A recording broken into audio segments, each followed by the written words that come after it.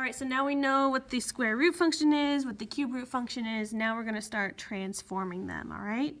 This is stuff that we've all seen before, A, H, K, all right? So let's figure out H is always the horizontal shift, H for horizontal. If it's plus, it shifts left. If it's minus, it shifts right. Nothing's changed.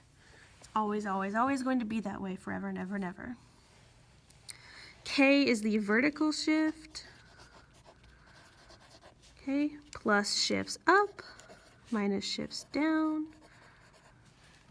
All right. Endpoint, turning point. This is kind of like the vertex. If the vertex of a parabola was HK, then the endpoint turning point is also HK. Okay, so whenever you have two numbers right here, that's your turning point. If A is negative, the function is reflected across the x-axis, always the x-axis, okay? If A is bigger than 1, then it represents a vertical stretch. Again, nothing's changed. And if it's less than 1, it's a compression. All right, so let's figure out some of these transformations. I'm going to do 1 and 3, in class we'll do 2 and 4 when we come back from break.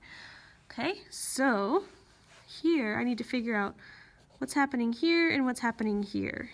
All right, well, this is an H and it's minus, so that means it's shifting right 7.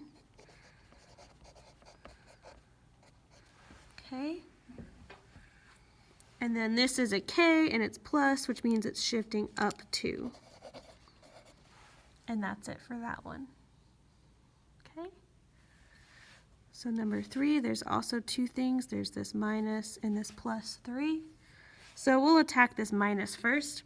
This is where the A is, and if A is negative, it's reflected across the x-axis.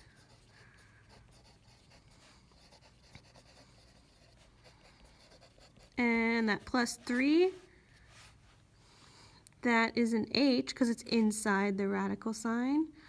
Okay, if it's inside, it's H. If it's outside, it's K. Inside plus means left 3. So left 3. And that's it for that. So we'll do these two in class. You can try them on your own first. In fact, I encourage it. Okay, in the next video, we'll actually start graphing some transformations of those functions.